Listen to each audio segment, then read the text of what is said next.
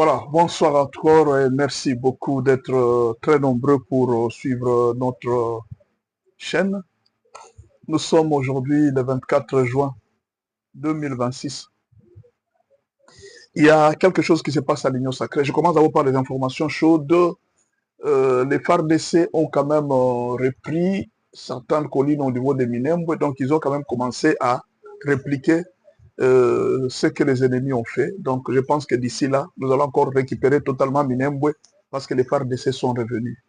Bon, écoutez, il y a beaucoup de détails, mais ce n'est pas le moment de décourager le peuple. Nous savons que Dieu est avec nous, les choses iront très bien. On n'est pas là pour décourager le peuple, on n'est pas là pour dire toujours des choses négatives, tout ça ne sert à rien. Ce n'est pas ça qui va avancer les pays. Parfois, des choses que nous disons, des choses négatives dans les réseaux sociaux, des informations négatives, ce sont nos ennemis qui sont contents.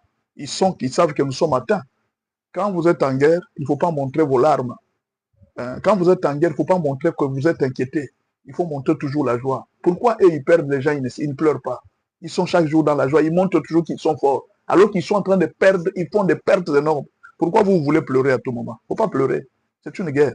Nous allons remporter cette guerre, c'est notre pays. Nous nous battons pour notre pays. Donc, ne vous en faites pas, nous allons récupérer et Minembwe, et Goma, et Bukavu. Ce n'est pas pour longtemps. Les choses sont déjà faites. Tout est déjà, les carottes sont déjà cuites. Ne vous en faites pas. Cette guerre est déjà finie depuis très longtemps. Merci beaucoup pour les FARDC. Merci beaucoup pour l'état-major pour avoir repris contrôle. Je sais peut-être qu'on a des fois un problème de stock. C'est possible. Hein? Ou nous, on ne comprend pas ce qui se passe. Parfois, ça peut être un problème de stockage. On ne sait pas. On ne sait pas. Il y a beaucoup trop de choses.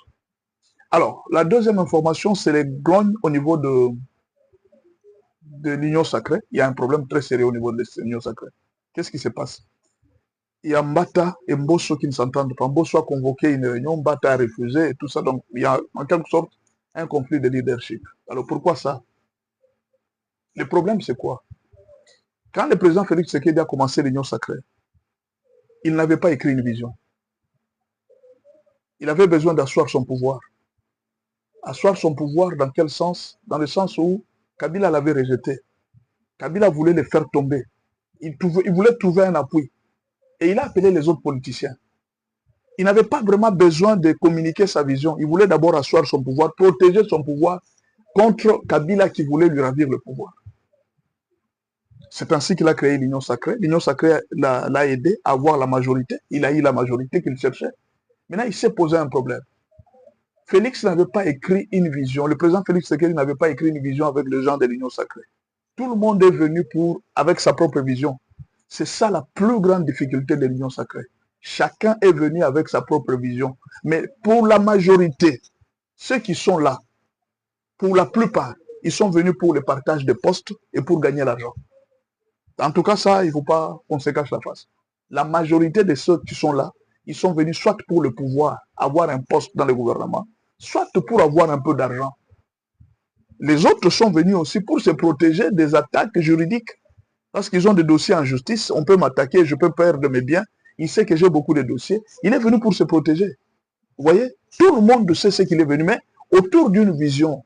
Et ça, c'est une maladie de tous les politiciens congolais. Ils n'écrivent pas une vision. Quand vous allez demander à Nanga, quelle est ta vision?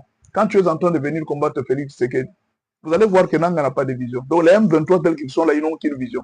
Quand vous allez demander les C64, quelle est votre vision? Quand vous êtes en train de combattre Félix Tshisekedi, bon, il va quitter. Qui va devenir président parmi vous? Vous allez voir qu'ils vont se séparer. Parce qu'ils n'ont pas une vision. Ils n'écrivent pas une vision. Quelle est notre vision? Quand vous allez demander les gens de la Senko, vous êtes en train de dire non à la Constitution. Vous ne voulez pas que Félix... Quelle est votre vision? La vision, c'est quoi? Quelle est la vision que vous avez? Vous allez trouver que les gens de la Senko n'ont aucune vision. Vous voyez? Au sein de l'Union sacrée, pas de vision claire. Au sein de tous les politiciens, toutes les organisations congolaises n'ont pas de vision. Il faut une certaine intelligence qui va réunir les gens. Aujourd'hui, nous nous réunissons, tout notre combat, c'est pour défendre Félix Tshisekedi. Tout notre combat, c'est pour défendre, peut-être mettre dehors Kabila. Vous allez voir les autres, nous soutenons Joseph Kabila. Mais quand vous demandez à ces gens, quelle est la vision que vous soutenez chez Joseph Kabila, ils ne connaissent pas. Quand vous demandez aux gens, pourquoi alors vous soutenez Félix Tshisekedi, la majorité ne connaissent pas. Les autres disent c'est notre frère. Les autres disent que parce que lui, il se met debout devant Kagame. Les autres disent... Mais au fait, quelle est la vision que nous sommes en train de défendre? L'union sacrée, il n'y a pas une... Demandez à tous les membres de l'union sacrée cette question. Quelle est la vision que vous défendez au sein de l'union sacrée? Il n'y en a pas. Demandez aux gens de la SECO. Quelle est la vision que vous défendez? Après, quand vous allez faire partir... Demandez aux gens de 164. Quand vous allez faire partir Félix, qu'est-ce qui va suivre après? Non, nous n'avons rien pour jusque-là en tête, mais qu'ils partent d'abord. Vous avez déjà vu les gens qui partent, mais qui n'ont pas une vision. C'est la plus grande difficulté de toutes les organisations politiques du pays. Quand Félix a pris le pouvoir, il est venu, il voulait asseoir son pouvoir. Mais quand il est entré au pouvoir, il s'est rendu compte qu'il y avait une faille terrible au sein du pouvoir. Tous les commandements du pays venaient du Rwanda. Et vous avez vu au départ, là, Félix est même parti. Lui aussi, il est tombé dans les mêmes pièges. Que parce que tout le monde allait au Rwanda. Félix devrait aussi aller au Rwanda. Il est parti proposer à Kagame. Il dit non, non, Kagame, je voudrais qu'on travaille en commun. Et que Kagame lui a dit non, moi je ne travaille pas comme ça. Le pays tout entier m'appartient. Il dit ah bon? C'est ainsi que Félix a pris ses dispositions. Il a dit non, non. Ça, on ne va pas continuer. On ne va pas continuer avec ça. En tout cas, avec ça, on ne continue pas. Il a appris beaucoup de choses qui s'est passées entre le Rwanda et la RDC. Félix a dit non, non, on doit changer des choses. Et pour changer des choses, il faut être fort. C'est Werason qui a chanté. Il a chanté, il a dit une chose. Olie biloko yamboa, zala mbangu. Bouledok nasima. C'est-à-dire quoi? Quand tu veux manger les choses des champs, tu dois être fort. Vous comprenez? Ils ont fait l'alliance avec FCC Cash. Il y a des choses des champs que tu as mangé. Mais tu dois être fort pour fuir. Parce que Bouledok va te suivre. Ça, c'est Werason. Hein? Ça n'a rien à faire avec ce qui se passe maintenant là. Alors, qu'est-ce qui va se passer par la suite? Ce qui va se passer par la suite, c'est que Félix va comprendre maintenant qu'il fallait d'abord qu'on change cette vision, ce combat de Paul Kagame. Il fallait d'abord qu'on mette Kagame hors du système. Maintenant, comment faire comprendre aux gens de l'Union sacrée que pour le moment, oublions d'abord cette histoire de pouvoir. Je sais que vous êtes venus ici, vous saviez que moi, mon mandat va se terminer et vous allez revenir. Mais je vous dis, mes frères, tant que nous n'avons pas encore terminé avec Kagame, même vous, quand vous aurez le pouvoir, vous aurez les mêmes difficultés. Terminons une fois pour toutes avec ces messieurs. C'est cette vision que Félix a pour le moment. Il a dit d'abord, nous devons commencer par changer la constitution. Parce que cette constitution n'est pas claire. Il y a beaucoup de choses qui donnent beaucoup d'avantages à Kagame, de sorte que demain ou après-demain, il peut nous prendre ce pays. Par exemple, vous savez, dans une constitution, il n'y a pas, la superficie du pays n'y est pas. On ne sait pas quelles sont les limites. Je ne sais pas si on a cité aussi les superficies des provinces. La constitution, c'est un document, hein, n'est-ce pas? C'est un document, comme on appelle les livrets parcellaires. Dans les livrets parcellaires, on doit quand même écrire les limites du pays, mais il n'y en a pas. Donc quelqu'un peut venir demain, il déclare, il dit non, montrez-nous votre constitution, qu'est-ce qui est écrit? Est-ce qu'il y a des limites de parcelles? Les pays ne vous appartiennent pas, les pays c'est une terre que Dieu a créée, tout le monde peut prendre sa part. D'où il faudra qu'on définisse les choses, qu'on définisse les limites de tout un chacun dans la constitution. Nous devons nous battre, mes frères, oublions un peu l'histoire des pouvoirs ici, battons-nous pour que nous puissions renverser cette monsieur de Kagame qui nous fait. Ça, c'est la vision que Félix essaye de communiquer aux autres. Malheureusement, plusieurs personnes ne sont pas d'accord. Ils se disent, mais nous ne sommes pas venus t'appuyer pour ça. Nous sommes venus t'appuyer pour avoir nos postes nous aussi. Après toi, c'est Kamere qui devrait devenir président, et puis ça serait Jean-Pierre Bemba, et puis ça serait l'autre. Maintenant, comment toi, tu vas t'accaparer toi-même du pouvoir, et puis tout ça? Il dit, non, non, mes frères, comprenez-moi, battons-nous d'abord pour ça. La vision a changé. Voilà la complication qui se passe maintenant au sein de l'Union sacrée. Les gens, en quelque sorte, ils commencent à se dire, mais avec cette allure, on ne va pas se retrouver. Avec cette allure, on ne va pas se retrouver. Félix risque demain de se tourner. Il risque de changer beaucoup de choses. Ça devient très compliqué.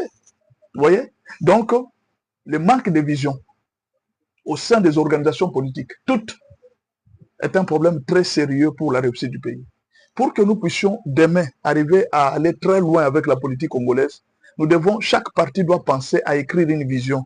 Et les gens doivent se tourner autour de la vision que même si aujourd'hui Fayoulou mourait, la vision continue. Même si Etienne Tshisekedi est parti, la vision continue. Même si aujourd'hui le PPRD Kabila est parti, la vision du PPRD doit continuer. Même si aujourd'hui... Donc, c'est-à-dire, vous devez avoir une vision. Regardez Mobutu. Tout était concentré sur lui. L'impère parti était concentré sur Mobutu. Quand Mobutu est mort, l'impère aussi est mort. Vous voyez? Parce qu'il a fait toute sa vision autour d'une personne. Et sachez que si vous avez un parti politique, vous l'avez mis autour de vous, Sachez que le jour que vous allez mourir, vous aussi vous allez partir. Essayez de voir les républicains. Je vais avec la deuxième partie où nous allons voir l'analyse sur le départ, entre guillemets, de Vital Kamerhe. Revenez à la deuxième partie. Bonsoir à tous. J'étais en train de parler dans l'ordre de la première partie. Aujourd'hui, nous sommes mercredi le 24 juin 2026. Lors déjà de la première partie, on était en train de parler des grogne qui se trouvent au sein de l'Union sacrée et des problèmes qui s'y trouvent. Donc Mbata et Mosso ne s'entendent pas. Et je vous ai dit que tous les problèmes des Congolais, c'est les mêmes problèmes. Dans tous les partis politiques et tout ça, les gens se battent. Toute la vision est dans l'homme et non dans les partis. Donc, la vision du parti, la vision de l'Union sacrée, c'est Félix Tshisekedi. Or, ce n'est pas ça. La vision d'un parti ne veut pas être une personne. Ça doit être une vision écrite. Par exemple, aujourd'hui, quand on parle des républicains, on ne voit pas une personne. On voit une organisation. On voit une vision. Quand on parle des démocrates, on ne voit pas une organisation, on voit une vision. Vous voyez? C'est ce niveau où les partis politiques doivent arriver. Il ne faut pas arriver que nous, tous les partis politiques, n'aient lié. Aujourd'hui, imaginez par exemple si Bahati mourait. Quelle est la vision de l'AFDC? Qui va diriger après Bahati? Qu'est-ce qui va se passer? Étienne est mort. Est-ce que l'IDPS va-t-elle survivre après la mort de Félix? Aujourd'hui, nous voyons l'IDPS qui est encore là, l'IDPS est encore au pouvoir. Supposons aujourd'hui que l'IDPS n'avait plus de pouvoir. Est-ce que l'IDPS va continuer? Quelle est l'organisation qu'on a fait? Quelle est la vision qu'on a projetée pour l'IDPS pour que l'IDPS continue à survivre? Qu'est-ce qu'on peut faire pour que l'IDPS ne meure jamais, même si Kabouya partait, même si Félix Tshisekedi partait? Qu'est-ce qu'on peut faire pour que l'IDPS continue à vivre éternellement? Que ça ne dépende pas d'Etienne Tshisekedi, que ça ne dépende pas de Félix Tshisekedi, que ça dépende d'une grande vision, une grande vision qui ne dépend pas d'une personne. Comment le faire? Allez étudier chez les Républicains, allez étudier chez les Chinois. Aujourd'hui, les communistes chinois, ça a commencé avec Mao Zedong. Jusqu'aujourd'hui, la vision continue. Allez en Tanzanie, Chama Cha Mapinduzi. Ça a commencé avec Nyerere, Julius Nyerere. Jusqu'aujourd'hui, Chama Cha Mapinduzi est toujours là. Ça continue, c'est les partis États qui continuent jusqu'aujourd'hui. Allez au Zimbabwe. Depuis Mugabe, c'est les mêmes partis qui continuent au pouvoir jusqu'aujourd'hui. Je crois que si vous allez en Angola, Eduardo Santos est mort. C'est les mêmes partis qui continuent au pouvoir jusqu'aujourd'hui. Mais chez nous, par exemple, quand vous voyez, Mobutu est mort. Le parti impère est parti. Pourquoi un père n'a pas pu conserver? Parce que notre vision à nous est concentrée autour d'une personne. Nous nous battons trop pour les personnes. Vous soutenez Joseph Kabila. Vous le soutenez pourquoi? Vous soutenez Vital Kamerhe. Quelle est la vision de Vital Kamerhe? Vital Kamerhe, bon, il paraît qu'il a quitté le pays. Bon, je vais analyser dans la deuxième partie de cette émission. Vous voyez, nous voulons revenir sur cette vision. Essayons de nous battre pour la vision. De sorte que quand même une personne est morte, non, écoutez, ce que je dis, ce n'est pas seulement autour de... Même, regardez les églises protestantes. Regardez les églises catholiques. Même si aujourd'hui en Bongo n'est plus, l'église catholique va continuer. Regardez l'église La Borne. Même quand Vernon est parti, l'église La Borne continue. J'ai vu même chez Maman Olangi. Maman Olangi est partie. L'église, le ministère combat continue. Vous allez voir certaines organisations, le leader est parti. L'organisation aussi est morte. Pourquoi? Parce que l'organisation a été basée autour de, non d'une vision, mais autour de la personne du leader. C'est une erreur, une grave erreur. Je crois qu'aujourd'hui, les gens de l'Union sacrée doivent se réunir. Les gens de l'UDPS doivent se unir. Les gens des partis politiques, de décider, vous devez vous unir. De penser aujourd'hui, si Martin Fayulu n'était pas là, n'est plus, si Mouzito n'est plus, qu'est-ce qu'Elan va devenir? Qu'est-ce que Sidé va devenir si Martin Fayulu n'est plus? C'est autour d'une vision qu'il faut se mettre, pas autour d'une personne. Si Félix Tshisekedi partait, que va devenir l'UDPS? Il faut réfléchir autour de ça, commencer à mettre des garde-fous par rapport à ça, la protection du parti, la continuité du pouvoir. C'est ainsi. L'UDPS peut devenir un parti comme les communistes. Vous pouvez devenir comme des communistes. Vous dites non, bon, nous restons comme des communistes dans les pays. Vous avez le pouvoir des années et des années, jusqu'à développer les pays à la fin. Aujourd'hui, personne ne change les communistes. Personne ne les change. Imaginez un peu la Russie. Si aujourd'hui Poutine mourait, qu'est-ce qui va se passer en Russie? Est-ce que la Russie ne va pas éclater? Il ne faudra pas qu'un pays soit dirigé autour d'une vision, autour d'une personne. Le pays doit être dirigé autour d'une structure, autour d'une vision. Voilà pourquoi les administrations congolaises sont très faibles. Pourquoi? Parce que tout tourne autour des personnes et non d'une vision. On doit écrire la vision, de sorte que quand moi je ne suis pas là, l'administration continue. Aujourd'hui, le président peut partir. Vous allez voir que tout le monde a peur. Non. J'ai trouvé ce système au niveau de l'église d'abord. Quand le pasteur est en voyage, vous sentez que les pasteurs, vous ne sentez même pas que le pasteur est là. Les pasteurs, à la bord, ne sont pas des stars. Les pasteurs sont des personnes normales. Ce ne sont pas des stars. Mais nous, il y a des églises où on a fait des pasteurs des stars. Les jours, moi, je suis allé dans une église d'un très grand pasteur. Quand ce pasteur est en voyage, les membres ne viennent plus à l'église. Pendant la semaine, vous ne verrez pas les membres. Mais quand les membres apprennent que leur pasteur est rentré du voyage, vous allez trouver que l'église est pleine. Ça, c'est une difficulté que nous avons communiquée à travers. Il faut enlever l'idée de la personne, il faut communiquer la vision aux brebis. De sorte que même si vous n'êtes pas là, même si vous soyez là, la vision peut continuer. Revenons maintenant à notre dernière analyse, le départ de Kamere. Il paraît que Kamere a quitté le pays. Bon, il y a plusieurs raisons qui peuvent faire que Kamere quitte le pays. Il y en a plusieurs. Il ne faut pas toujours être basé sur une chose. Nous pouvons analyser toutes les raisons. Première raison, ça peut être une raison médicale. Une première raison, ça peut être une raison médicale. Il est parti pour se faire soigner. Mais il y a quelqu'un qui aurait tuté, il a dit que non. Le grand Moualimou s'est retiré pour un très long moment pour une retraite politique. C'est possible. Il peut se retirer aussi pour une retraite politique. Il dit il abandonne la politique congolaise. Peut-être qu'il ne se retrouve pas. Ça peut être une raison. Il dit que je m'en vais. Mieux vaut aller me reposer au lieu d'avoir à tout moment être humilié dans le pays par beaucoup de problèmes. Ça peut être une raison. Il fait une retraite politique. Il se retire en politique. Tout comme une autre raison, ça peut être que bon, on lui a dit que non, l'histoire de Félix est terminée. Il faut faire très attention. Félix ne sera plus président. Il a eu des câbles. On lui a dit que non, tu dois te repositionner maintenant. Il y a des gens qui sont comme ça, ils sont habitués à se repositionner. Ah oui, oui. Il y a des gens qui sont habitués à se repositionner. C'est-à-dire quand il veut marcher avec tous les pouvoirs qui sont. Si aujourd'hui, j'ai été avec Kabila, je suis avec Mobutu, je suis avec... Donc, tu es avec tous les présidents qui viennent. Donc pour toi, tu veux te repositionner. Il y a des gens pour la politique, ce n'est pas un problème d'une personne. La politique, c'est une carrière, c'est un travail pour lui. Quelqu'un comme Jean-Pierre Mende, Lambert Mende plutôt, il fait du travail une carrière. Il met son talent en jeu. Il y a des gens qui sont comme ça. Il n'est pas politicien, il est technocrate. Peut-être qu'il veut devenir aussi technocrate. Travailler avec tous les pouvoirs. Je mets mon intelligence en jeu. Si vous avez besoin de moi, je vous aide. Mais entrer dans vos histoires politiques, je n'entre pas. Peut-être c'est ça, il a pris une grande décision. Peut-être qu'on lui a dit que non, fais attention, Félix est en train de partir. Il y a beaucoup de choses. Tu peux te repositionner. Il peut se repositionner par rapport à ceux qui vont venir. C'est possible, c'est une analyse qu'on peut voir. Tout comme aussi, il peut avoir appris qu'il y a des problèmes de justice qui l'attendent. Et que pour ne pas avoir trop de problèmes de justice, il faudra quitter le pays. Parce que quand tu n'es pas en fonction dans les pays, vous vous rappelez de ce que Vital avait proposé? Il avait proposé les statuts des anciens chefs d'État. Pour qu'il n'y ait pas de problème dans les pays, il faudra qu'on mette un certain statut pour les anciens chefs d'État. C'est Vital qui avait proposé ça. Et vous savez que dans les pays, si vous êtes un ancien chef d'État, vous n'avez pas de sécurité, on peut vous malmener, on peut vous arrêter, et tout ça. Il avait dit que non, on doit avoir un statut des anciens chefs d'État. C'est Vital qui avait proposé ça. Bon, on n'avait pas cru, il avait, bon, tout le monde. Mais peut-être que lui aussi s'est dit, comme je ne suis plus en fonction, demain ou après-demain, je peux être arrêté. Mieux vaut quitter le pays et trouver un endroit de sécurité parce qu'on ne sait pas. Ce genre de l'union sacrée, un jour, quelqu'un peut soulever un dossier, ils disent que je suis traître. Mieux vaut me retirer avant que la chose ne te quitte. Peut-être. La dernière chose, ça peut être qu'il a été déçu. Il n'est pas d'accord avec les changements de la Constitution. Il attendait que Félix puisse partir et que puis lui puisse le remplacer. Mais bon, pour le faire, il faut la popularité. Félix a joué la carte.